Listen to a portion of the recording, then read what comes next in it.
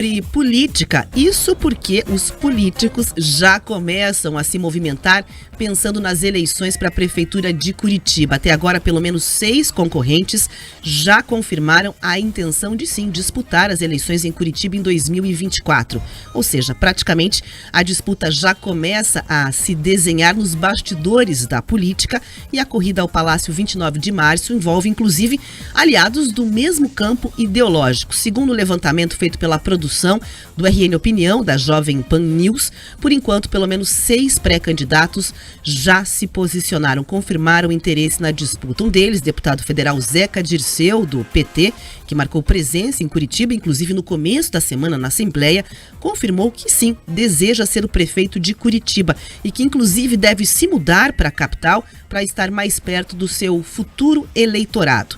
Além disso, o anúncio da pré-candidatura de Zeca Dirceu pegou eventuais aliados, digamos assim, de surpresa, porque existia uma expectativa grande de formar um bloco encabeçado pelo ex-prefeito de Curitiba e atual deputado federal Luciano Dutti, do PSB. Esse bloco reuniria o PT, de Gleisi Hoffmann, PSDB de Beto Richa, o PDT de Goura, além do partido de Luciano Dutti, o PSB, que é a sigla que abriga então o vice-presidente da República, Geraldo Alckmin.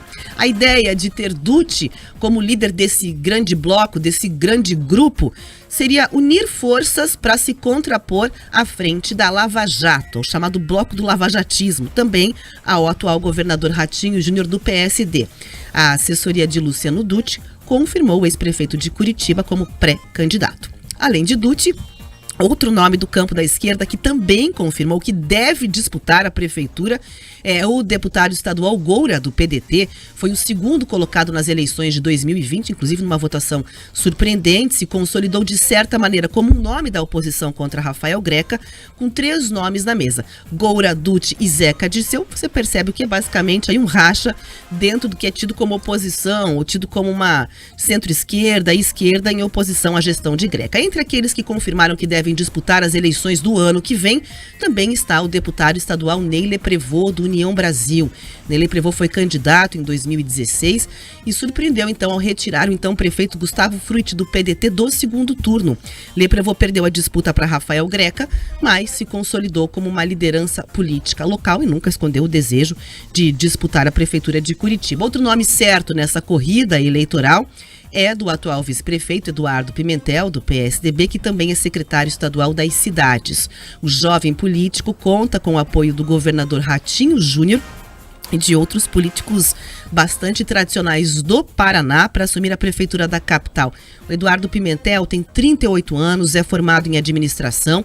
Até hoje, só disputou as eleições de 2016 e 2020, as quais foi eleito e reeleito vice-prefeito de Curitiba. E outro nome que foi confirmado na briga pelo Executivo Municipal é o de Paulo Martins, do PL. O jornalista e ex-deputado federal ficou em segundo lugar na disputa para o Senado nas últimas eleições. Paulo Martins surpreendeu, inclusive, ao terminar as eleições, atrás apenas de Sérgio Moro para o Senado e na frente do senador que buscava a reeleição, Álvaro Dias, do Podemos. Agora, Paulo Martins, então, se lança como nome bolsonarista e de conservadores na disputa pela prefeitura da capital. E mesmo sem confirmar a pré-candidatura, o deputado federal, o Deltan Dallagnol, mais votado do Paraná, sempre aparece aí em pesquisas e também em rodas de conversa sobre o futuro da prefeitura de Curitiba. Procurado pela produção da Jovem Pan News, ele não confirmou a disposição para concorrer à prefeitura da capital até o momento, no ano que vem, mas enviou uma nota dizendo aquele texto, Pedroso, que a gente conhece, né? Que se sente honrado por ter sido o deputado mais votado nas eleições. É aquele famoso sabão. Escorregou e não respondeu, o que parece óbvio para muita gente. Pedroso, surpreende esse campo com esses 6 nomes, o desenho que a gente trouxe dessa contextualização política para a disputa ao ano que vem até agora? Olha, o que me surpreende é a pouca quantidade de nomes, porque nesse período, o que a gente está acostumado a verificar, e é tradicional, tá? Os nossos ouvintes que são atentos vão lembrar, em outros ciclos eleitorais que a gente cobriu, inclusive aqui na Jovem Pan, a gente tinha quase uma dezena de candidatos, Rafa, porque nesse momento o que acontece? Você tem os famosos balões de ensaio. todo mundo que acha que tem algum tipo de viabilidade ou que quer ali talvez figurar como um vice de alguma das chapas, se apresenta como candidato. Daqui a pouco a gente vai perceber o PP falando de uma candidatura possível da Maria Vitória, a gente vai enxergar talvez algumas pessoas ali também levantando a mão dizendo que podem ser candidatos. Não me admira, né, se daqui a pouco o União Brasil também, além do Ney Leprevaux, falar que a Flávia Francischini é um possível nome. Ou seja, você tem muita gente que vai levantar a mão daqui a pouco. Você tem o Luizão Goulart, que em algumas rodas também já se apresenta como um possível nome. Então esse é o momento que todo mundo coloca o nome ali, sabe, na vitrine, na prateleira, para ver se alguém compra e para talvez valorizar o seu preço, para tentar negociar coisas melhores numa eventual composição. Então os nomes que estão aqui colocados, dificilmente todos eles chegam ali na disputa no ano que vem. Então a gente tem que acompanhar. Agora, dos nomes viáveis, o que sempre acontece aqui em Curitiba é o seguinte: você tem um nome mais ligado ao que seria a máquina pública, ao que vem,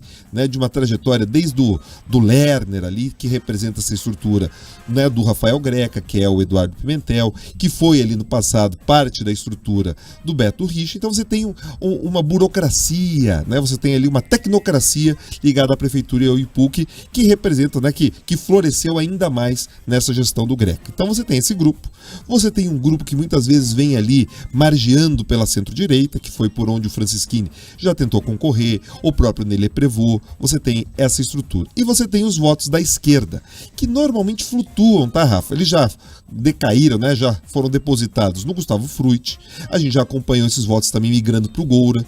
Então, assim, nesse momento, todo mundo vai apresentando os nomes para verificar, é o famoso vai que cola. Então você tem isso daqui. Agora, dos nomes, alguns são mais viáveis que outros. Vamos combinar o seguinte: você percebe ali, o Luciano Dutti coloca o nome, daí as pessoas começam a lembrar, mas espera aí, ele foi prefeito e naquela eleição, quando ele teve a oportunidade com a máquina, apoio do governo do estado, apoio de todo mundo, ele não foi ao segundo turno. Então as pessoas já têm essa mácula quando elas olham ali. Então menos atores políticos levam a sério a viabilidade dessa candidatura. Querem ter ali o PSB pelo tempo de TV, pela estrutura, né, por realmente consolidar alguns grupos, mas imaginar que ele vai ser um nome viável ali no ticket é menos relevante. Dos nomes colocados, os que geram maior frisson é o do Deltan Dallagnol, é o nome da estrutura do PSD, que é o partido mais forte hoje no estado, que é o Paulo Martins, e você espera a consolidação de uma candidatura à esquerda que acaba ficando, a tendência que se consolide ali, ou entre uma candidatura ali do Goura, ou essa candidatura do PT. E o Zeca Dirceu precisa disputar intensamente ali. Ele tem a possibilidade, correndo por fora, a Carol D'Artora, você tem a Ana Júlia, você tem outros nomes do PT local que também levantam a mão e entendem, né, essa oportunidade como uma chance de renovar, inclusive, os nomes da prateleira do próprio Partido dos Trabalhadores. Então, tem muita coisa, muita água para passar embaixo dessa ponte. O restante dos candidatos estão ali naquela corrida para verificar se alguém pesca ou não os seus nomes. Até porque, Pedro, tem muita gente que vai colocando o nome na jogada, como é o caso, por exemplo, do Pierre Petruziello, que é para tentar emplacar um posto de vice candidatura aí à prefeitura de Curitiba. Então tem muitos elementos também que vão pipocando dentro dessa conversa para valorizar o seu passe e outros para garantir que vão estar no barco possivelmente vencedor, digamos assim, das próximas eleições. Exatamente. E também tem uma questão de jogar com a regra eleitoral embaixo do bolso, sabe? Embaixo do braço. Que é o seguinte, é que quando a gente começa a falar de eleição e composição em chapa, às vezes é o bolso que pesa, mas nesse caso é a regra embaixo do braço. O que eles precisam? Muitas das candidaturas a vereador precisam de uma candidatura majoritária, como é chamada, para justamente fortalecer a eleição desses vereadores. Então, muitos partidos lançam algumas candidaturas para ter um representante ali para pedir voto. Tem uma dúvida se o Novo em algum momento pode lançar um candidato ou outro, mas agora é tudo penumbra, é tudo nuvem, não tem nada concreto. Você citou aqui o Pierre, tem outros nomes do PP também levantando a mão, mas dificilmente dentro do PP, e a gente sabe disso, alguns partidos eles têm ali um mando consolidado. E no PP é a família Barros, não adianta tampar o sol com a peneira. Então se tiver algum nome viável que deve aparecer em composição, a tendência é que saia do clã Barros e dificilmente desse arco mais ampliado que está ali no PP. Muita gente fala, você tem o Pierre, você tem os deputados estaduais ou outros deputados federais do PP, dificilmente eles seriam contemplados existindo a possibilidade da Maria Vitória entrar nesse jogo. Então é isso, muita gente que aparece agora, de fato, o Rafa está ali tentando ou garantir uma estrutura, um naco da prefeitura, secretarias, regionais, ou ainda, de fato, figurar como vice de quem é viável, né? E daí todo mundo fica meio dividido.